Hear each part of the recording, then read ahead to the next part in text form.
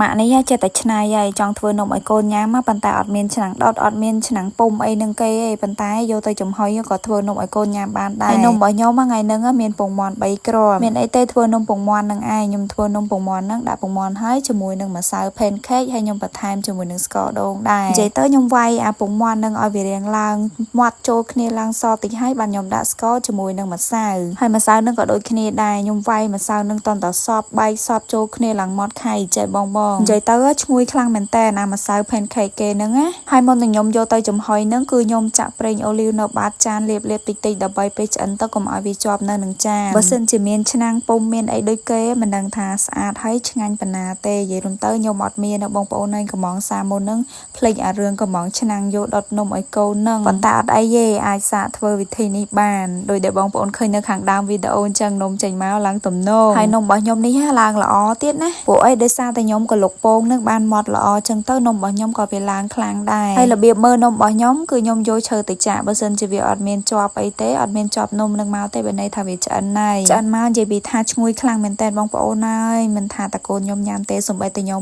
ក៏ញ៉ាំរបស់កូនដែរព្រោះវាទំនងខ្លាំងពេកវាផ្អែមតិចហើយវាឈ្ងុយខ្លាំងហ្មងឈ្ងុយអាម្សៅ pancake ហ្នឹងហើយជាមួយនឹងឈ្ងុយពងមាន់របស់យើងកូនបើរបស់ខ្ញុំធ្លាប់តែញ៉ាំនំកញ្ចប់ប៉ុន្តែលើកនឹងអត់ទេមកអត់សូវឲ្យញ៉ាំនំកញ្ចប់ទៀតទេឆ្លៀតធ្វើនំឲ្យកូនញ៉ាំឲ្យបានច្រើនចេញពីស្នាដៃរបស់ម៉ាក់និយាយទៅសាច់នំគេបងប្អូនហើយយ៉ាងទន់ល្មើយហ្មងបងប្អូនមើលតែក្នុងវីដេអូទៅដឹងហើយឡើងថលហើយសាច់នំទន់តំណងគួរឲ្យចង់ញ៉ាំមែនតើឆ្អិនហើយភ្លាមនៅក្តៅអូនណាកូនបើរបស់ខ្ញុំញ៉ាំទាំងក្តៅអូននឹងឯងហើយមើលធ្វើមុខដូចអត់ចង់អញ្ចឹងប៉ុន្តែញ៉ាំអស់ឡើង3ដុំ